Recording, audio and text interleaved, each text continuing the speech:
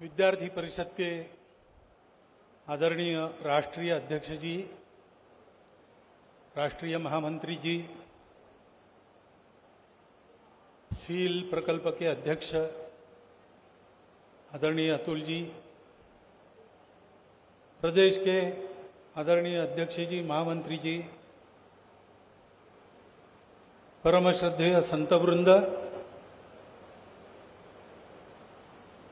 पूर्व काल में विद्यार्थी परिषद के कार्यकर्ता रहे और आज समाज जीवन के अन्य अन्य अंगों में सक्रिय होकर कार्य कर रहे ऐसे ज्येष्ठ श्रेष्ठ पूर्व कार्यकर्ता बंधु, उपस्थित नागरिक सज्जन, माता भगिनी, छात्र छात्रा बंधु भगिनी,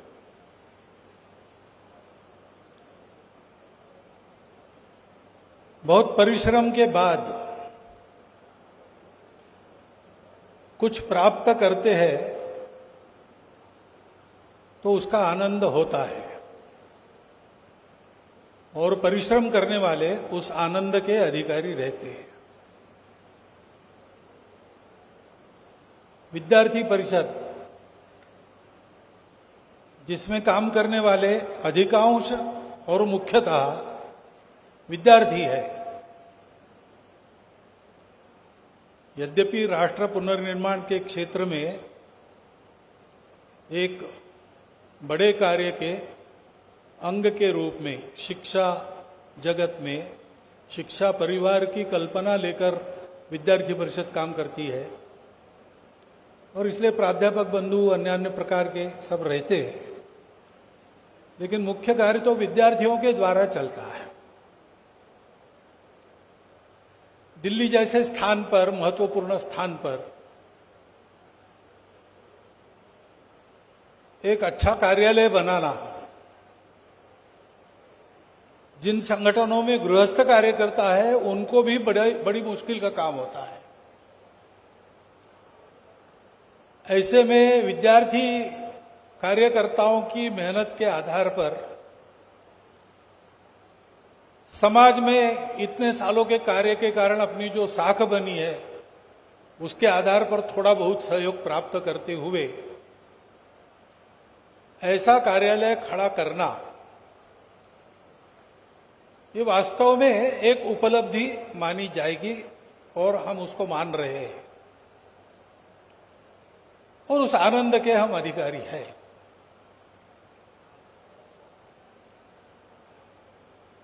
परंतु एक पुरानी सर्वपरिचित कहानी आपको भी याद है, मुझे भी याद है, कहानी पूरी नहीं बताता हूं, लेकिन राजा विक्रम सिंहासन पर आरूढ़ होने के लिए गए तो 32 पैड़ियां सिंहासन की थी। एक एक को चढ़ते समय वहां जो एक धातु की गुड़िया लगी थी वो सजीव हो उठी और उसने प्रश्न पूछा कि राजा, तुम सिंहासन पर चढ़ने चले जा रहे हो, लेकिन मालूम है क्या इस सिंहासन पर बैठने वालों ने क्या क्या किया था, कैसे वो थे? और फिर 32 पैड़ियों की 32 कहानियां बनती है। कथा तो आपको सबको पता है। ऐसे अभी सब सुन रहा था तो मेरे मन में विचार आया कि हमने इस कार्यालय का नाम यशवंत रखा है। यशवंतराव जी के जन्म शताब्दी वर्ष में हम इस कार्यालय को उद्घाटित कर रहे हैं। वो जिस प्रकल्प के अध्यक्ष रहे, बताया पद्मनाभ आचार्य जी का और परांजपे जी का प्रवास हुआ। उत्साह रहता ही है तरुण कार्यकर्ताओं में, तो देखने के बाद कुछ विचार भी मन में आया, उसको चालना भी मिली सहाय जी के प्रश्न से, और योजना बनाकर आकर मुंबई में बताया कि ऐसी ऐसी योजना है। छात्र वहां से आएंगे, बड़ी संख्या में आएंगे, घरों में रहेंगे, इधर उधर घूमेंगे, इसमें खर्चा होगा, इसमें कार्यकर्ताओं को लगना पड़ेगा, कुछ विचार विनिमय पहले हुआ है, नहीं है, नहीं हुआ, ये सारे प्रश्न उपस्थित न करते हुए राष्ट्र की भावनात्मक एकात्मता के लिए अत्यंत महत्वपूर्ण एक कार्य है, वो उपयोगी है। ये समझकर तुरंत उसके लिए आवश्यक तैयारी वगैरह करना, कार्यकर्ताओं में उत्साह भरना, कैसे होगा क्या होगा नया काम करते समय मन में रहता है, वो हटाकर आत्मविश्वास भरना, ये सब काम उस समय यशवंतराव जी ने किया। उस सील प्रकल्प के नाम पर यह इमारत बनी है और ये विद्यार्थी परिषद का कार्यालय है, जिसके बोध वाक्य में ज्ञान, शील और एकता है। आनंद बहुत होता है, कभी कभी याद नहीं रहता है।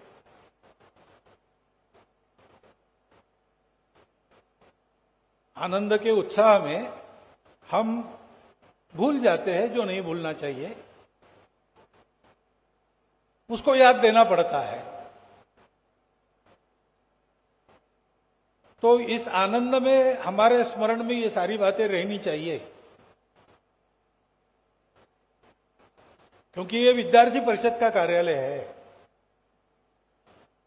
और जैसा बार बार यहां कहा गया कि ये कार्यकर्ताओं की भावनाओं का आलय है।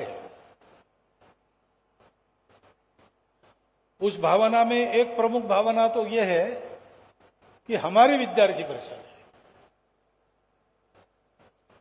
हमारी का मतलब हम मालिक है ऐसा नहीं है, हम इसके घटक है। यानी विद्यार्थी परिषद कैसी है ये समझाना है तो विद्यार्थी परिषद के कार्यकर्ताओं को देखिए। जैसे समुद्र कैसा है ये समझाना है तो समुद्र के एक बिंदु को देख लीजिए, पूरा सागर वैसा ही होता है। ऐसे घटक जो होता है वो पूर्ण का संपूर्ण प्रतिनिधि होता है।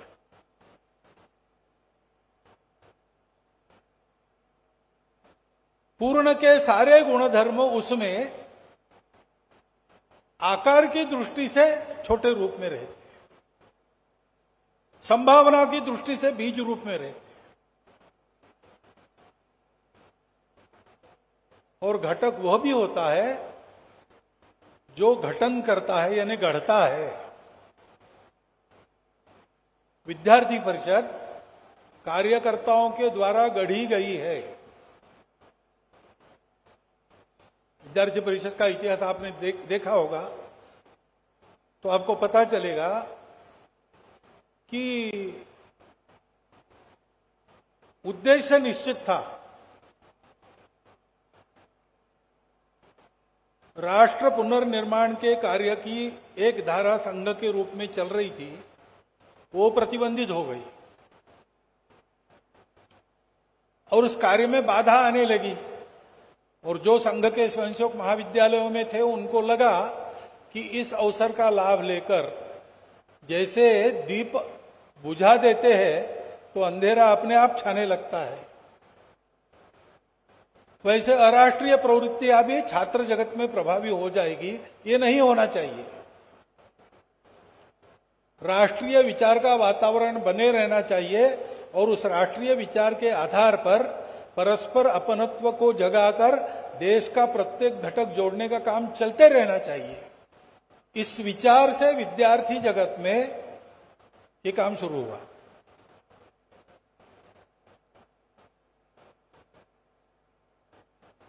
तो उद्देश्य स्पष्ट था, क्या करना है यह पता था, लेकिन कैसे करना है इसका न पूर्वानुभव था, न कोई पहले से योजना बनी थी, न डूज एंड डोंट्स निर्धारित करके बताए गए थे।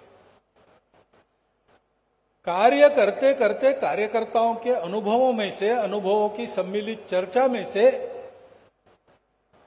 प्रतीति में से एक एक बात निश्चित होती चली गई और जैसे जैसे विद्यार्थी परिषद आगे बढ़ी वैसे वैसे विद्यार्थी परिषद का रूप भी आकार में आया।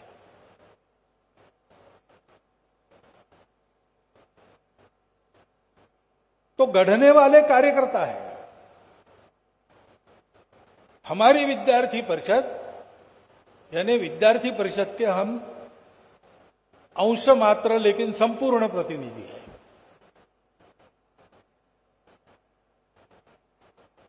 और इस विद्यार्थी परिषद को हम बनाने वाले हैं। जैसा हम बनाएंगे वैसी विद्यार्थी परिषद बनेगी। तो जब कार्यालय बनता है तो उसका आनंद बिल्कुल ठीक है, हम उसके अधिकारी हैं, लेकिन साथ साथ ये जिम्मेवारी आती है, क्योंकि कार्य का तो प्रचंड विस्तार हो गया है। सबसे बड़ा विद्यार्थी संगठन अपना हो गया है। 58 लाख की सदस्यता अभी बताई गई। सर्वत्र काम है, लेकिन अपने देश के विस्तार को देखते हैं, अपने देश के शिक्षा जगत की व्याप्ति को देखते हैं तो अभी काम और बहुत बाकी है। केवल व्याप्ति के दृष्टि ही अभी बहुत बाकी है। भावनात्मक एकता का संस्कार वो पूर्ण संपृक्त हो जाए प्रत्येक हृदय में विद्यार्थी के, इसको देखते तो और बहुत बाकी है। और इसलिए एक जिम्मेवारी आती है। कार्यालय खड़ा हो गया तो कार्य का आलय बन जाए, विद्यार्थी परिषद उसमें से बढ़ने में मदद हो। काम बड़ा होता है, छोटा रहता है, तब थोड़े साधनों में चला लेते हैं। बड़ा होता है तो और साधनों की आवश्यकता पड़ती है। और बड़ा होकर जब राष्ट्र जीवन में एक महत्वपूर्ण स्थान जो प्राप्त करता है तो फिर और उसके लिए तरह तरह के साधनों की आवश्यकता पड़ती है। संगठन की एक आत्मा होती है, एक बुद्धि होती है, एक मन होता है, वैसे एक शरीर भी होता है जो बाहर से दिखने वाला रूप है। बाहर से दिखने वाला रूप दरिद्री है तो संगठन की उपेक्षा होती है, और वैभव संपन्न है तो संगठन के प्रति मत्सर बढ़ता है, और कभी कभी ध्यान नहीं दिया तो दशा बदलती है, साथ में दिशा भी बदल जाती है, इसकी चिंता करनी पड़ती है। और इसलिए बहुत ज्यादा तामझाम वाला ऐसा भी नहीं चाहिए, और कोई सुविधा ही नहीं है कार्य की दृष्टि से ऐसा भी नहीं चाहिए। एक मध्यम मार्ग लेके कार्यकर्ताओं को चलना पड़ता है। ये सब सोचने वाले कार्यकर्ता होते हैं, उनकी सोच में सारी बातें स्पष्ट रहती है, तभी ऐसा होता है जैसा हो रहा है विद्यार्थी परिषद में। इस कार्यालय को भी आप देखेंगे तो ऐसे ही हो रहा है, परंतु सोच विचार करके उसको बनाने में प्रत्यक्ष परिश्रम जिनका लगता है वो कम होते हैं। बाकी हम सारे लोग हैं, उस कार्यालय को देखकर हमको ये समझना चाहिए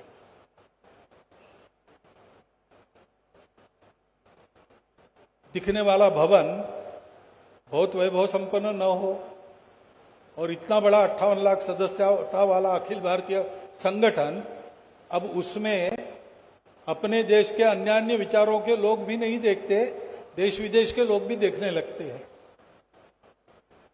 तो देखने पर उनको और देखने की इच्छा हो, इतना कम से कम भद्र चाहिए, ऐसा विवेक है। परंतु यह सारा विचार इसके साथ है, ये हम बाकी लोगों को समझना चाहिए, क्योंकि कार्य आगे ले जाने का काम हमको करना है। इस कार्य की आवश्यकता बहुत है। अपने देश के भाग्य में कुछ कुछ परिवर्तन आ रहा है। विश्व के समय में भी कुछ परिवर्तन दिखाई देता है। 2000 वर्षों तक तरह तरह के प्रयोग अपने अधूरे आधार पर की हुई दुनिया थक गई है, लड़खड़ा रही है, और वो भारत की ओर देख रही है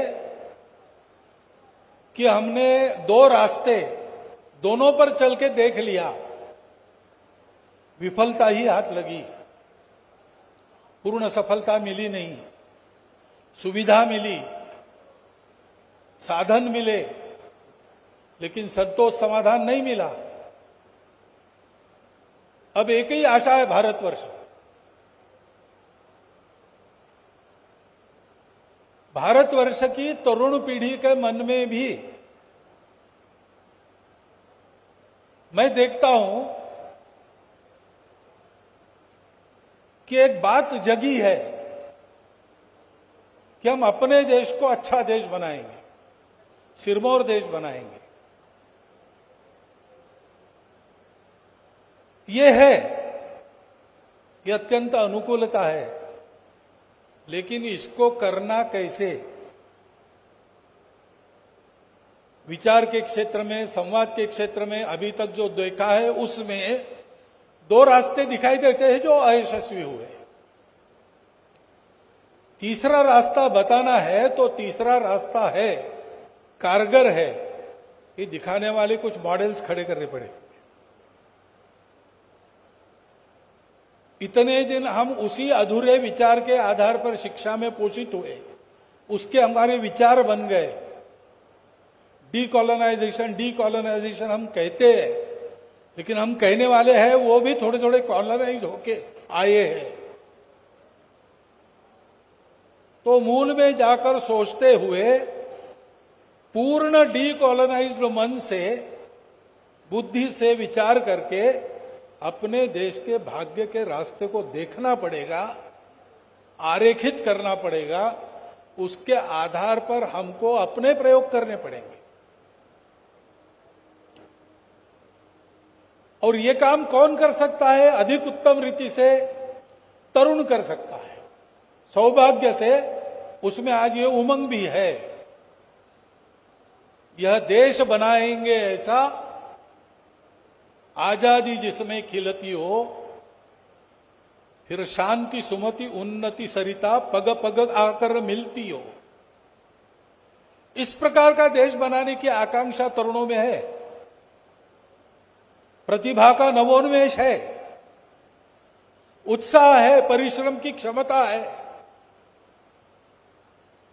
दिशा चाहिए। दिशा के लिए जो ज्ञान चाहिए वो ज्ञान चाहिए, और वो ज्ञान आता है एकता में से। हमारी दृष्टि एकता की है। बहुत घूम फिर के आज विज्ञान भी वहां पर आ रहा है। वो भी कह रहे हैं कि everything started with A pre existing universal consciousness. हम जो कहते हैं सर्वम खलविदम ब्रह्मम, इसका ये अंग्रेजी भाषांतर है। विज्ञान भी उधर घूम कर आ रहा है। हमारे पास वो ज्ञान है, लेकिन उस ज्ञान को पाने के लिए एकता की जरूरत है, एकात्मता की जरूरत है। उसका निर्देश हमारे संविधान में है, भावनात्मक एकात्मता।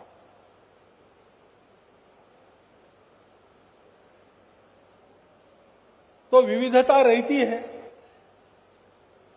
प्रकृति के कारण भी विविधता रहती है, लेकिन एकात्मता की भावना है तो विविध स्वभावों के लोग, विविध भाषाओं के लोग, विविध पंथ संप्रदायों के लोग, विविध जाति उपजाति के लोग इकट्ठा एक राष्ट्र के नाते अपने राष्ट्र को बढ़ाकर विश्व कल्याण में लगाते हैं। क्योंकि हमारे राष्ट्र की सनातन दृष्टि वो भी एकता की ही है। हम कहते हैं वसुधैव कुटुंबकम। दुनिया में विभिन्न प्रकार के राष्ट्र हैं, उनके विशिष्टता को, अस्तित्व को हम मान्य करते हैं, और फिर भी कहते हैं कि राष्ट्र इतने सारे हैं लेकिन कुटुंब एक है। ऐसे अपने देश में अनेक भाषा, अनेक प्रांत, अनेक जाति पाति, अनेक प्रकार के खान पान, रीति रिवाज, पंथ संप्रदाय, सब कुछ है, लेकिन हम एक देश एक जन है, हम एक राष्ट्र है और विदेशियों के बनाए हुए राष्ट्र नहीं है हम। हमारा जो पूर्ण विचार का दृष्टिकोण है उसमें राष्ट्र की हमारी अपनी एक कल्पना है, वो हम सबको जोड़ती है। इस देश की जो भाषाएं हैं, जाति है, पंथ संप्रदाय, सबको जोड़ती ही है। लेकिन अगर बाहर से कुछ आता है तो उसमें जो भद्र है उसका स्वीकार करके, कुछ अशुद्धि है तो उसको ठीक करके उसको भी आत्मसात करने का सामर्थ्य ये हमारी भावना रखती है। उस भावना के आधार पर हम एक होकर परिश्रम करेंगे तो हमारा उद्यम बनेगा और उसी भावना के आधार पर एक नई दृष्टि लेकर हम सारी बातों को देखेंगे तो हमारे लिए, हमारे पूर्वजों का वो विश्व कल्याणकारी ज्ञान वो भी साक्षात हो जाएगा। आज की परिस्थिति में काल सुसंगत उसका उपयोग करके उसके तफसील भरने में हम सफल हो जाएंगे।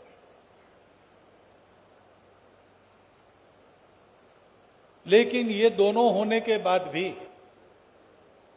एकता का सामर्थ्य और ज्ञानिक पराकाष्ठा होने के बाद भी अगर शील नहीं है तो ज्ञान का उपयोग अपने प्रभुत्व को बढ़ाने के लिए, अपने अत्याचार को चलाने के लिए होता है। ये हमने इतिहास में और वर्तमान में कई बार देखा है। और एकता की शक्ति अपने शक्ति से परित्राणाय साधुनाम विनाशाय च दुष्कृताम, ऐसा करते हुए धर्म संस्थापना में लगने के बजाय विश्व में कलह और दुख बढ़ाने में काम आती है, दुर्बलों पर अत्याचार के काम में लगती है। यह भी हमने इतिहास में और वर्तमान में देखा है। इस सबसे मुक्ति चाहिए तो शील, हमारा बोधवाक्य है, ज्ञान चारित्र्य एकता। वो चारित्र्य, वो शील, इसका सबसे बड़ा महत्व है। विद्यार्थी परिषद एक विद्यार्थी संगठन है। विद्यार्थी संगठन जो जो करते और करना चाहिए वो सब विद्यार्थी परिषद करती है, परंतु ऐसा करने में भी उसकी एक विशिष्टता है।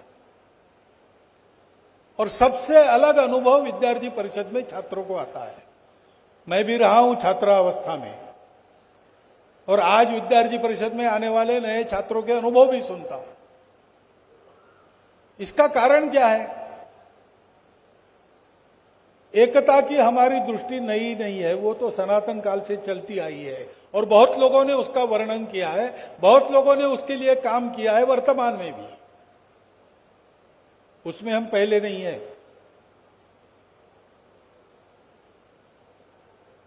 और एक संपूर्ण ज्ञान लेके तरह तरह के प्रयोग करके कुछ करना, इसके बारे में भी हम पहले नहीं है। ये विचार भी पहले से आया है, परंतु ये सारा प्रत्यक्ष हो इसलिए एक प्रवृत्ति की आवश्यकता होती है जिसमें स्वार्थ नहीं है, जिसमें भेद नहीं है। तेरा वैभव अमर रहे मां, हम अधीन चार रहे न रहे, ऐसे उत्कट समर्पण की इच्छा लेकर जब आदमी उद्यम करता है तब वो उद्यम देश को और विश्व को लाभकारी होता है। उस शील का एक अनुशासन होता है। उस अनुशासन की पालना के लिए अपने नित्य क्रियाकलापों में उसकी आदत रखनी पड़ती है। अपने और अपने साथियों के ऐसे आचरण से एक वातावरण बनाना पड़ता है जिसमें समाज भी अपने आचरण को लेकर चलता है। विद्यार्थी परिषद का छात्र जगत में, शिक्षा जगत में चलने वाला काम समाज परिवर्तन का साधन बनेगा कैसे? तो विद्यार्थी परिषद एक संगठन के नाते और विद्यार्थी परिषद के एक कार्यकर्ता, विद्यार्थी परिषद के कार्यकर्ता के नाते, व्यक्ति के नाते उदाहरण बनेंगे, जिससे वातावरण बनेगा। ये नित्य जीवन में जीवन भर करने का काम है। जीवन भर करना है तो आदत चाहिए। अनेक प्रकार के मोह आकर्षण सामने आते हैं, अनेक प्रकार के भय बाधाएं अपने रास्ते में उपस्थित होती है। उपेक्षा हो, प्रतिकूलता हो, अनुकूलता हो। उदये सविता रक्तौ रक्तश्चास्तमने तथा। सूर्य उदय में भी और अस्त में भी रंग उसका एक होता है। संपत्तौ च विपत्तौ च साधु नाम एक रूप। जो अच्छे लोग होते हैं, शीलवान लोग होते हैं, संपत्ति के काल में या विपत्ति के काल में उनका आचरण समान होता है। आचरण उस शील की अभिव्यक्ति है, चारित्र्य उस शील की अभिव्यक्ति है, उसको तैयार होना पड़ता है। ये सारी बातें विद्यार्थी परिषद ने आज तक बहुत कायदे से सुरक्षित रखी है अपने संगठन में। और हम सबको ऐसा करते समय मिलकर चलना पड़ता है। दुर्जन जितने जल्दी इकट्ठा होकर काम करने लगते हैं, सज्जन उतनी ही देर लगाते इकट्ठा आने में। ये स्वभाव सज्जनता का है, ऐसा कहते हैं। लेकिन आदमी जोड़ने की अपनी जो कला है, उससे हमने ये भी बात गलत सिद्ध कर दी है। वो आदमी जोड़ने की कला कैसी थी, उसका प्रत्यक्ष उदाहरण यशवंतराव जी थे। उनके गौरव समारोह में बाला साहब ने, संघ के तृतीय सरसंघ चालक जी ने ये कहा था कि प्रोफेसर यशवंतराव केळकर डॉक्टर हेडगेवार कुलोत्पन्न है। इस एक वाक्य में उनका सारा परिचय आता है। जैसे लोग मिले वैसे लेकर, उनको जैसा चाहिए वैसा बनाकर जीवन पर्यंत वो एक होकर चलते रहे और ऐसे एक होकर चलने वाले अनेकों को बनाए। ऐसा उनको बनाने वाले जैसे डॉक्टर हेडगेवार थे, वैसे यशवंतराव केळकर भी थे।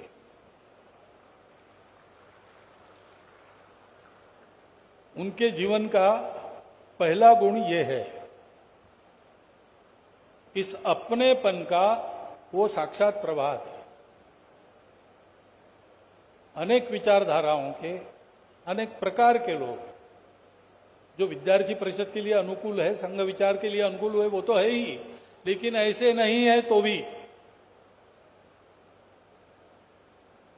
उनके संपर्क में रहते थे, उनके बारे में बहुत अच्छा उनका मत रहता था। इसलिए किसी कार्य को लेकर उनके यहां जाते हैं तो उनका सहयोग मिलता था। एक बढ़ता हुआ हमारा संगठन है, प्रतिस्पर्धा के क्षेत्र में हमें अनेक विद्यार्थी संगठन है, तो विरोध वगैरह होता है, विरोधी भी होते हैं, लेकिन ये विरोधी एक मर्यादित क्षेत्र में विरोध का काम करते हैं। जैसे अनेक जाति भाषा पंथ संप्रदाय वगैरह वगैरह समाज के नाते हम सब एक है, ये सब होने के बाद भी, वैसे अनेक विचारधाराएं, अनेक संगठन, अनेक सारी बातें होने के बाद भी और कभी कभी परस्पर विरोधी होने के बाद भी देश के नाते हम सब एक है, ये भान सर्वोपरि होना चाहिए। पिछले वर्ष भाग्यनगर में लोकमंथन हुआ, उसमें हमारी महामहिम राष्ट्रपति महोदया ने यही संदेश दिया, बहुत एक सरल वाक्य में, कि वनवासी हो, आदिवासी हो, ग्रामवासी हो, ये हो वो हो, हम सारे भारतवासी हैं। काम करने के अभिनिवेश में अपने अपने विचार को लेकर चलने के अभिनिवेश, ये सारी बातें होती है, लेकिन वो इसके ऊपर कभी हावी नहीं होनी चाहिए। ये सब करते समय भी हमारा ये भान रहना चाहिए। ये सारी समझदारी, ये सारी आदत, ये शील अपने समाज में भरने के लिए हमको उदाहरण स्वरूप बनना है, हमारे संगठन को इसका उदाहरण बनाना है। यशवंतराव जी केळकर, उनकी शताब्दी हम मना रहे। 100 साल के पहले उनका जन्म हुआ, कुछ दिन रहे, जरा जल्दी चले गए, लेकिन वो गए, उनके जैसे आज भी है, ये होना चाहिए। तेजोमय प्रतिबिंब तुम्हारे स्वयं सिद्ध अगणित निकले हैं, ये दिखना चाहिए। उनके कार्य की यही सार्थकता है, और ये दायित्व हम पर आता है जब उनके नाम से हम कार्यालय बनाते।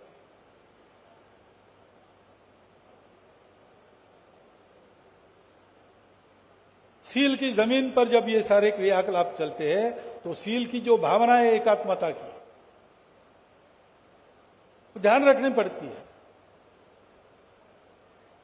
सील का प्रकल्प शुरू हुआ, वो कोई संगठन के विस्तार के दृष्टि से बड़ी लोकप्रियता मिलेगी इस अनुमान से नहीं।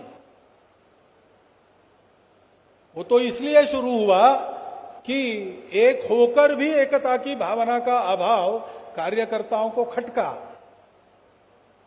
और हम इस कार्य को कर रहे हैं ऐसा होते हुए भी इस प्रकार का अभाव है, ये हमको शोभा नहीं देता, ऐसा उनको लगा। और इसलिए जहां जहां ये भेदों की खाइयां खड़ी हुई है, वहां वहां दौड़ना, उसको पूरा करना, कभी ऐसी खाइयां फिर से उत्पन्न न हो, इतना हृदय में प्रेम, अपने हृदय का प्रेम उंडेल कर करना, ये भावना कार्यकर्ताओं की, उसके चलते ये काम खड़े हुए। यहां एक कार्य का आलय खड़ा हो गया, तो यहां आने वाले प्रत्येक व्यक्ति को इस कार्यालय में इसी वातावरण का अनुभव होना चाहिए। ये हम सबका दायित्व है। इस कार्यालय के कारण अपने इस कार्य की गति और बढ़े, जैसे विस्तार होगा वैसे इस गुणवत्ता के साथ सर्वदूर समान गुणवत्ता लेकर वो कार्य बढ़ता चले, इसका दायित्व हमारा होगा। और इसलिए ऐसा संगठन, इस नाते विद्यार्थी परिषद आगे बढ़े, और विद्यार्थी परिषद के कार्यकर्ता के नाते हम ऐसे होकर आगे बढ़े, इसको हमको करना पड़ेगा, ये हमारा दायित्व है। आज का आनंद मनाते समय इसका स्मरण रखना। आज एक आनंद है, संस्कार का शास्त्र ऐसे है कि जहां आनंद होता है वहां संस्कार है, और जहां उत्कृष्टता होती है वहां आनंद आता है। आप किसी उत्तम गीत को सुनो,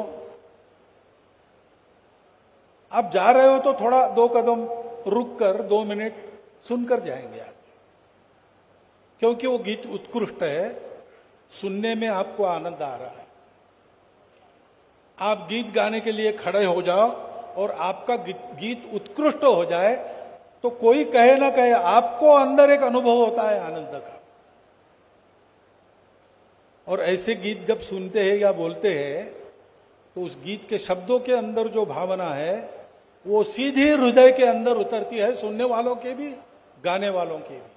प्रत्यक्ष अनुभव है। जहां उत्कृष्टता है वहां आनंद है, और जहां आनंद है वहां संस्कार है। आज के आनंद में इस संस्कार का स्मरण रखना है। और एक बहुत अच्छा काम किया, हमारे अपने नियम कानून के अनुसार किया, हमारे अपने मानकों पर खरा उतरने वाला किया, यशस्वी किया। तो इसके आधार पर इन सब बातों को आगे यशस्वी करते हुए हम बढ़ते चले, बढ़ते बढ़ते सर्वव्यापी हो